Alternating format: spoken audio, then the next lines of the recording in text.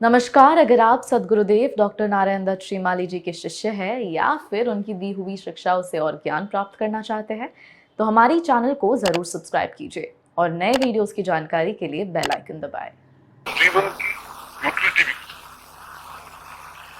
मेरी नजर में उन सन्यासियों की कोई मूल्य महत्ता नहीं है। ये कामना की है कि मैं केवल परमात्मा बनकर के जीवित नहीं रहना चाहता, और दूसरा पुरुषार्थ अगर अर्थवान है तो मैं केवल आर्थिक दृष्टि से महत्वपूर्ण व्यक्ति बनकर के भी जीवित नहीं रहना चाहता। यदि एक ही पक्ष मेरा प्रबल है, यदि मैं केवल धनवान ही हूँ, बाकी सारे स्थितियों में मैं पूरा हूँ, कमजोर हूँ, तब भी मेरा जीवन अपने आप में नगण्य है। क्योंकि अगर पैसा ही सब कुछ है, पैसा बहुत कुछ है, मैं दरिद्री बनने की बात नहीं कर रहा हूँ, क्योंकि दरिद्री बनना तो सबसे बड़ा अभिशाप है। जीवन में हमारे पूरे 25,000 वर्षों की श्रेणी में दरिद्रता को कहीं स्थान नहीं दिया है। लक्ष्मी का स्तवन किया गया है, दरिद्रता को कहीं स्तवन नहीं किया गया है, दरिद्रता को कहीं गले नहीं लगाया गया है। ये तो रूस की देन है, जहाँ पूंजीवाद नाश हो, पूंजीवाद हाय हाय हो, हम बस अकेले रहेंगे, कुछ साथ में नहीं है, साम्यवादी विचारधारा है। मगर साम्यवादी विचारधारा का मूल कभी आप पाओगे पढ़े तो आपको मालूम पड़ेगा कि वहां पर भी मूल में बिना पूंजी के साम्यवाद भी पनप नहीं सकता। इसलिए उसने कहा है कि मैं केवल अर्थवान भी नहीं बनना चाहता। हमारे प्राचीन के जितने भी कुटियाएं हैं, जितने भी आश्रम हैं, वशिष्ठ आश्रम, विश्वामित्र आश्रम, याज्ञवल्क्य आश्रम, और हमारे पुराणों में वर्णन है कि वशिष्ठ के पास 25,000 गायें थी। उसमें गायों ही मूल्य था, विनिमय का साधन गाय थी। आज विनिमय का साधन रुपया है। हम एक गाय खरीदते हैं, 100 रुपए देते हैं, गाय दे देते हैं। उसमें एक गाय देते हैं, धान लेते थे, दूसरी गाय देते थे, कपड़ा खरीदते थे। विनिमय का साधन गाय थी। और जिनके पास 25,000, 50,000, 1 लाख, 2 लाख गायें थी, वे सभी संपत्तिवान थे, पर केवल संपत्तिवान ही नहीं थे, बात में देखिए। और तीसरा पुरुषार्थ है काम, और काम के माध्यम से परिवार की उत्पत्ति, परिवार का पालन, परिवार का सृजन होता है। तो कहा है कि मैं केवल काम युक्त, परिवार युक्त बनकर के भी जीवित नहीं रहना चाहता हूँ, और न मेरी आकांक्षा, न मोक्ष आकांक्षा, न विभव वांछाम किचन में, मेरे मोक्ष की भी कामना नहीं। क्योंकि मोक्ष होने के बाद तो भाई केवल एकात्म भाव हो जाएगा कि मैं अपने आप को समर्पित कर देता हूँ, समाप्त कर देता हूँ। मैं तो बार बार जन्म लेना चाहता हूँ, हर बार जन्म लेना चाहता हूँ, हर बार संसार की इन राज प्रतिघातों में पूजना चाहता हूँ, समाज को कुछ देना चाहता हूँ। यह जो जीवन का मकसद है, ये जो जीवन का मूल्य है, ये जो जीवन का अर्थ है, क्योंकि जीवन 2 प्रकार से जीवित रहता है। जीवन के 2 मूल्य हैं, 2 अर्थ हैं। एक, जीवन केवल अपने अर्थ की तुष्टि करता है, यहां समझने की जरूरत है। क्योंकि हमारा जो मूल्यात्मक जीवन है, हम सभी अपने आप में सभ्य हैं, और हम अपने आप को सभ्य कहते हैं कई दृष्टियों से, कई तरीकों से, क्योंकि सभ्यता की कोई परिभाषा नहीं है। मगर हम सभी इस बात पर एक मत है कि हम सभ्य हैं। इसलिए सभ्य हैं कि हम कपड़े पहन करके बाहर आते हैं। इसलिए सभ्य है कि हम गाली अगर मेरे मुंह में आती भी है तो बोलता नहीं। और सभ्यता केवल नकल से प्राप्त है, सभ्यता ओरिजिनल कोई चीज है। मैं अंग्रेज आए तो उसके बाद वो पैंट टाई कोट लगा करके बाहर निकलता हूँ। यह मेरी ओरिजिनलिटी कुछ नहीं है, यह मेरी सभ्यता नहीं है, यह एक नकल है जो मुझे प्राप्त है। मैं कुर्ते खोल करके धोती पहन के बैठ जाता हूँ, ये सभ्यता नहीं है। यह हमारे पूर्वजों द्वारा प्रदत्त एक तरीका है, सिस्टम है जो मुझे मिल गया है। सभ्यता अपने आप में प्रादुर्भूत चीज नहीं है, मूल्यवान चीज नहीं है, अर्थवत्ता नहीं है, जीवन का प्राण नहीं है, मनुष्यता का पहचान नहीं है। सभ्यता अपने आप में कोई तरीका नहीं है। सभ्यता तो केवल इसलिए है कि 2 व्यक्ति आपस में सही ढंग से जीवित रह सके। सही मूल्यवान जो चीज है वह संस्कृति है। इसलिए यजुर्वेद में भी जगह जगह कहा गया है कि तुम संस्कृतिवान बनो, तुम्हें संस्कृतिज्ञ बनो, तुम्हें संस्कृति आए। और यहाँ पर मूल डिफरेंस पैदा हो जाता है। सभ्यता बाहर से थोपी गई चीज है, जबकि संस्कृति अंदर से निकली हुई आत्मा है, प्राण है, चेतना। संस्कृति बाहर से नहीं आती। संस्कृति के मूल तत्व है प्रेम, दया, ममता, करुणा, स्नेह, अपनत्व, अटैचमेंट, दूसरों की सेवा करना, दूसरों को हित चिंतन करना। इसलिए यजुर्वेद में भी जगह जगह कहा गया है कि तुम संस्कृतिवान बनो, तुम्हें संस्कृतिज्ञ बनो, तुम्हें संस्कृति आए। और यहाँ पर मूल डिफरेंस पैदा हो जाता है। सभ्यता बाहर से थोपी गई चीज है, जबकि संस्कृति अंदर से निकली हुई आत्मा है, प्राण है, चेतना। संस्कृति बाहर से नहीं आ सकती। संस्कृति के मूल तत्व है प्रेम, दया, ममता, करुणा, स्नेह, अपनत्व, अटैचमेंट, दूसरों की सेवा करना, दूसरों को हित चिंतन करना। ये सारे तत्व सांस्कृतिक तत्व हैं। इन तत्वों को कहीं खरीदने की जरूरत नहीं, सीखने की जरूरत नहीं। माँ को सिखाता नहीं है कि बच्चे का पालन पोषण करना चाहिए, माँ को कोई सिखाता नहीं। माँ को ये नहीं सिखाता कि वो भीगे में सोया हुआ है तो उसको सूखे में सुला दे। इस माँ को समझाने की जरूरत नहीं, क्योंकि उसके अंदर स्वतः ममत्व है। और यह ममत्व, यह अटैचमेंट अपने आप में अंदर से पैदा होता है। और जो संस्कृतिवान है, जिनमें मूल रूप से संस्कृति है, सही अर्थों में वह व्यक्ति है, संस्कारित है। संस्कारात् द्विजुच्यते, जन्मनाम जायते शूद्र। ब्राह्मण के घर में भी जो पैदा होता है वो शूद्र ही पैदा होता है। जन्म से तो सभी शूद्र हैं, चाहे आप हो चाहे मैं हूं। संस्कारात् द्विजुच्यते, जब उसको संस्कारित करते हैं, संस्कार करने पर ही वह द्विज कहलाता है।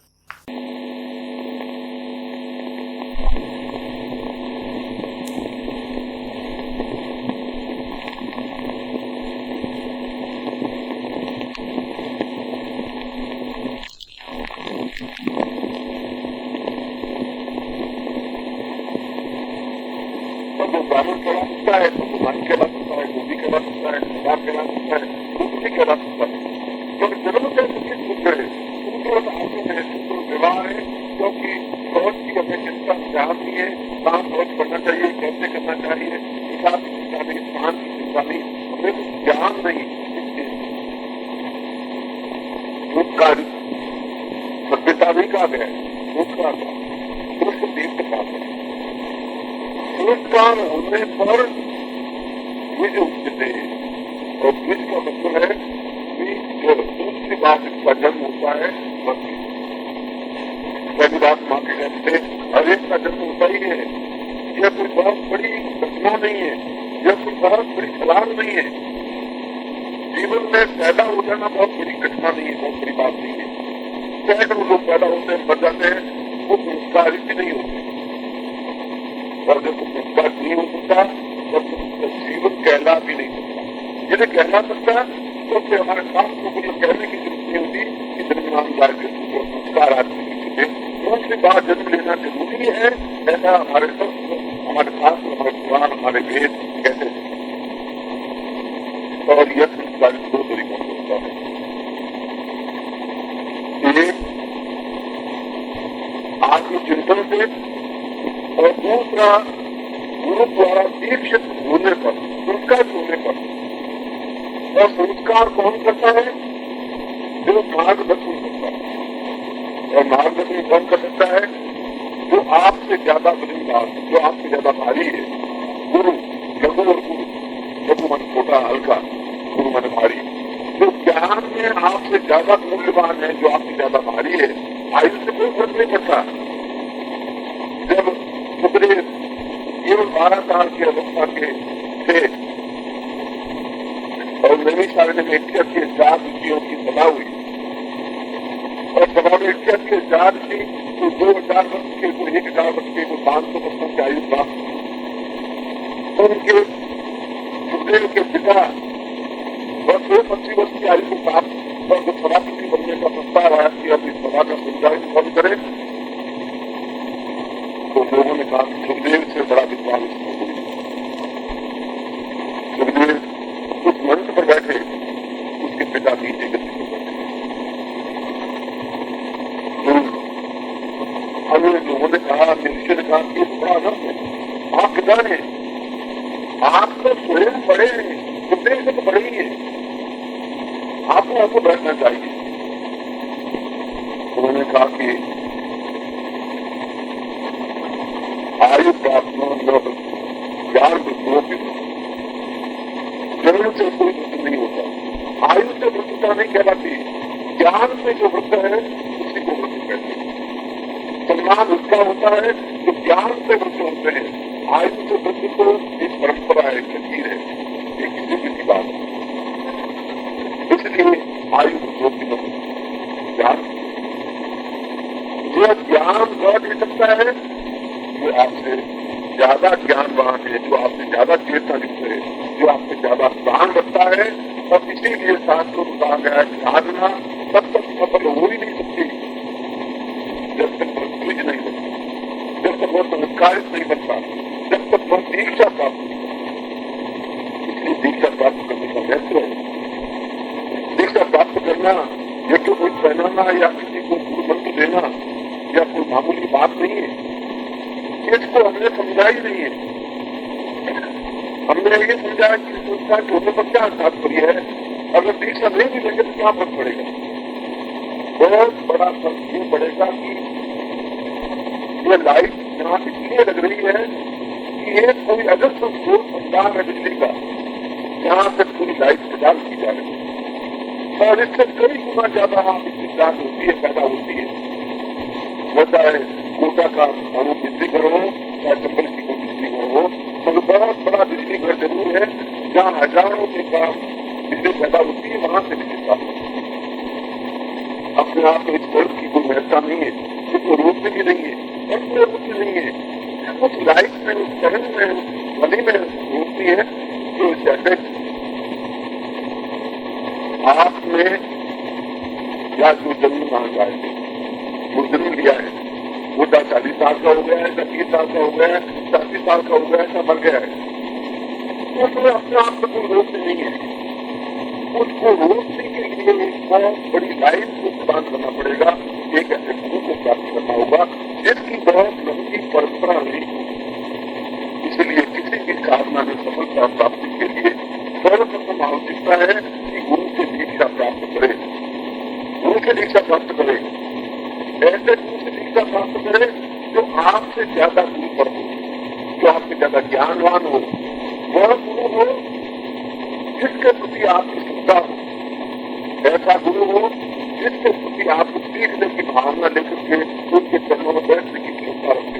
और जब तक दीक्षा प्राप्त नहीं हो सकती तब तक 5,000 वर्षों की साधना करना चाहिए। जब मैत्री ने याज्ञवल्क्य की पत्नी, उन्होंने कहा कि पतिदेव ने जीवन के चतुर्थ अवस्था में आ गई।